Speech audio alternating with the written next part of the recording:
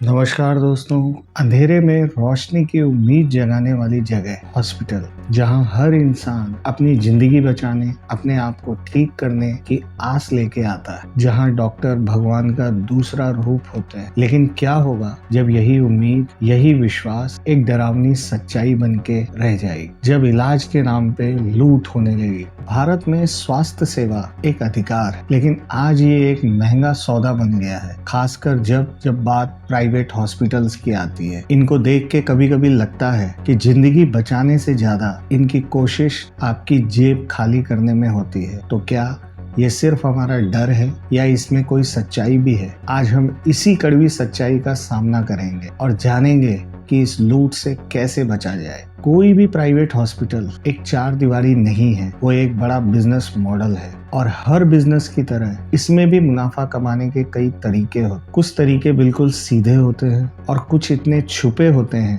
कि आपको पता ही नहीं चलता कि आपकी जेब कब कट गई। मैं पहला पॉइंट लूंगा, अननेसेसरी टेस्ट एंड प्रोसीजर्स। अक्सर आपने देखा होगा कि मामूली सी बीमारी के लिए भी डॉक्टर्स कई तरीके के टेस्ट लिख देते हैं, जैसे MRI, CT स्कैन, एक्सरे। कई बार इनकी जरूरत नहीं होती है, लेकिन इनका बिल हजारों में आता है। और कई मामलों में तो एक ही टेस्ट बार बार कराने की जरूरत पड़ती है, क्योंकि कह दिया जाता है कि वो ठीक नहीं आए। ये सब हॉस्पिटल और लैब के बीच कमीशन का खेल होता है। और मैं जितनी बातें भी ये आपको कह रहा हूँ, उसके रेफरेंसेस आपको मेरे डिस्क्रिप्शन बॉक्स में मिल जाएंगे। मेरा दूसरा पॉइंट है मेडिसिन स्कैम। ये सबसे बड़ा और सबसे आसान तरीका है। डॉक्टर्स अक्सर ऐसी दवाएं लिखते हैं जो किसी खास कंपनी की होती है और बहुत महंगी होती, जबकि सेम सॉल्ट की दवाएं जेनरिक बाजार में अवेलेबल है। अब हम जानते हैं ये इथिकल और जेनरिक दवाएं क्या होती है। इथिकल दवाएं, जिनको हम ब्रांडेड दवाएं भी बोलते हैं, ये वो दवाएं होती है जिन्हें फार्मा कंपनियां बहुत रिसर्च और डेवलपमेंट के बाद बनाती हैं। और जब कोई नई दवा बनती है तो कंपनी कुछ सालों के लिए इसे पेटेंट करवा लेती है, और इस दौरान कोई और कंपनी उस सॉल्ट की दवा नहीं बना सकती। इसलिए ये कंपनियां अपनी दवाएं बहुत ऊंचे दामों पर बेचती है, ताकि रिसर्च का खर्चा और मुनाफा निकल सके। और ये कंपनियां अपनी दवाओं की मार्केटिंग पर भी बहुत पैसा खर्च करती है, जिसमें डॉक्टर्स को महंगे उपहार, कमीशन या सेमिनार्स में भेजना भी शामिल होता है। जेनरिक मेडिसिन, जब किसी दवा का पेटेंट खत्म हो जाता है तो कोई भी दूसरी फार्मा कंपनी उसी सॉल्ट और गुणवत्ता के साथ वो दवा बना सकती है। चूंकि उन्हें रिसर्च और मार्केटिंग के लिए ज्यादा पैसा खर्चा नहीं करना पड़ता, और इसीलिए ये दवाएं ब्रांडेड दवाओं के मुकाबले 5 से 10 गुना सस्ती होती है, और कई बार तो 50 गुना तक भी सस्ती हो सकती है। और इनकी क्षमता और असर बिल्कुल ब्रांडेड दवाओं जैसा होता है। और कई मामलों में कुछ जेनरिक दवाएं कुछ बड़ी कंपनियां भी बनाती है। सोचिए, एक डॉक्टर जो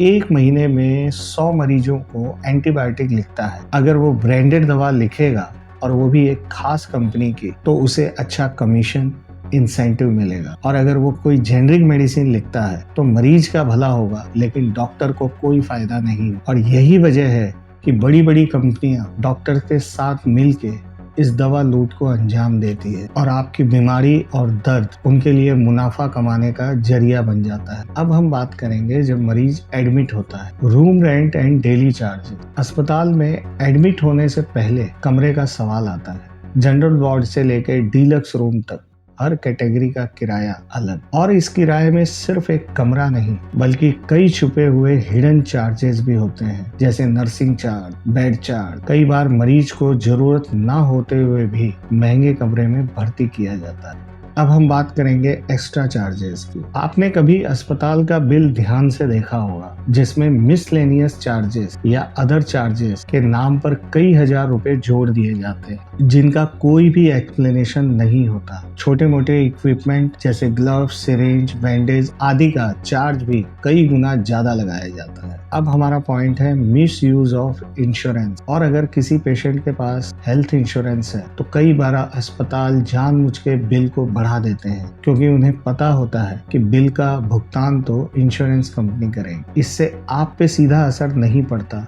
लेकिन लॉन्ग टर्म में इससे इंश्योरेंस के प्रीमियम बढ़ते हैं, जिसका नुकसान हम सभी को होता है। अब पॉइंट है how to protect yourself from this loot. सबसे बड़ा सवाल ये है कि क्या हम इस लूट के आगे बेबस? बिल्कुल नहीं। थोड़ी जागरूकता और सतर्कता और आप इस धोखे से काफी हद तक बच सकते हैं। पहला, सेकंड ओपिनियन लेना ना भूलें। अगर किसी डॉक्टर ने आपको किसी सर्जरी की हिदायत दी है या कुछ ट्रीटमेंट लिखा है और या कोई गंभीर बीमारी बताई है, तो हमेशा कम से कम 2 अलग अलग डॉक्टर्स की राय लें। कई बार डॉक्टर्स की राय बदल जाती है और आप अननेसेसरी ट्रीटमेंट से बच जाते। दूसरा point, ask about generic medicine. Doctor के द्वारा लिखी गई कोई भी दवा के बारे में पूछें कि क्या इसकी जेनरिक मेडिसिन है। अगर डॉक्टर्स आनाकानी करते हैं तो आप ऑनलाइन सर्च करें या फार्मेसी से पूछें कि क्या इसका जेनरिक ऑल्टरनेटिव है। जो हमारे देश में प्रधानमंत्री जन औषधि केंद्र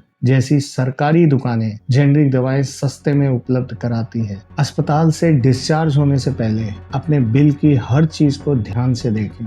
अगर कोई चार्ज समझ में नहीं आ रहा तो हॉस्पिटल के अकाउंट्स डिपार्टमेंट में जाकर सवाल पूछें और हर आइटम का एक्सप्लेनेशन मांगे। और अगर कुछ बेवजह डाला गया है तो उसे हटाने के लिए कहें। किसी भी बड़े इलाज के लिए अस्पताल और डॉक्टर्स के बारे में ऑनलाइन रिसर्च करें, उनके रिव्यूज देखें। लेकिन आजकल रिव्यूज तो फेक भी होते हैं, तो आसपास के लोगों से पूछें, फार्मेसी से पूछें, अपने पड़ोसियों से पूछें और रिकॉर्ड से पता करें। किसी की सिर्फ बातों से विश्वास ना करें। Avoid unnecessary tests. अगर डॉक्टर ने बहुत सारे टेस्ट लिख दिए हैं तो डॉक्टर से उनकी जरूरत के बारे में पूछें। आप पूछ सकते हैं कि क्या ये जांच मेरी बीमारी की डायग्नोसिस के लिए वाकई जरूरी है और या सिर्फ प्रिकॉशन के तौर पे है। और अगर आपके पास इंश्योरेंस है तो हेल्थ इंश्योरेंस का प्रॉपर यूज करें। अपनी हेल्थ इंश्योरेंस पॉलिसी को ध्यान से समझें, उसमें क्या कवर है क्या नहीं, उसकी पूरी जानकारी लें। अस्पताल को बताएं कि आप इंश्योरेंस के तहत इलाज करा रहे हैं, लेकिन बिल को खुद भी चेक करते रहें। अगर आपको लगता है कि आपके साथ धोखाधड़ी हुई है या बेवजह पैसे वसूले गए, तो मेडिकल काउंसिल ऑफ इंडिया या राज्य के स्वास्थ्य विभाग, स्टेट हेल्थ डिपार्टमेंट जैसी अथॉरिटी में शिकायत दर्ज करें। कंज्यूमर प्रोटेक्शन एक्ट के तहत भी आप शिकायत कर सकते हैं। दोस्तों, हमें समझना होगा कि मेडिकल सर्विसेज बिजनेस नहीं है, एक जरूरत है और हम सभी को मिलके इस व्यवस्था को मजबूत बनाना पड़ेगा। ये सिर्फ हमारी जिंदगी और हमारी सेहत का सवाल नहीं है, बल्कि हमारी मेहनत की कमाई का भी सवाल। अगली बार आप या आपका कोई परिचित हॉस्पिटल जाए तो डरे नहीं, बल्कि जागरूक रहें, सवाल पूछें, जानकारी हासिल करें और अपने अधिकारों को जानें, क्योंकि आपकी जागरूकता ही इस लूट को रोकने का सबसे बड़ा हथियार है। आपकी सेहत आपकी जिम्मेदारी। जागरूक रहें, सुरक्षित रहें, स्वस्थ रहें। दोस्तों, आज के लिए बस इतना ही। ये मेरी छोटी सी एक कोशिश थी आपको जागरूक करने की। दोस्तों, अगर चैनल को सब्सक्राइब नहीं किया तो प्लीज सब्सक्राइब कर लीजिए, जिससे मेरी आने वाली जितनी भी वीडियोस हैं उसका नोटिफिकेशन आपको मिलता रहे। तब तक के लिए स्वस्थ रहे, मस्त रहे। नमस्कार।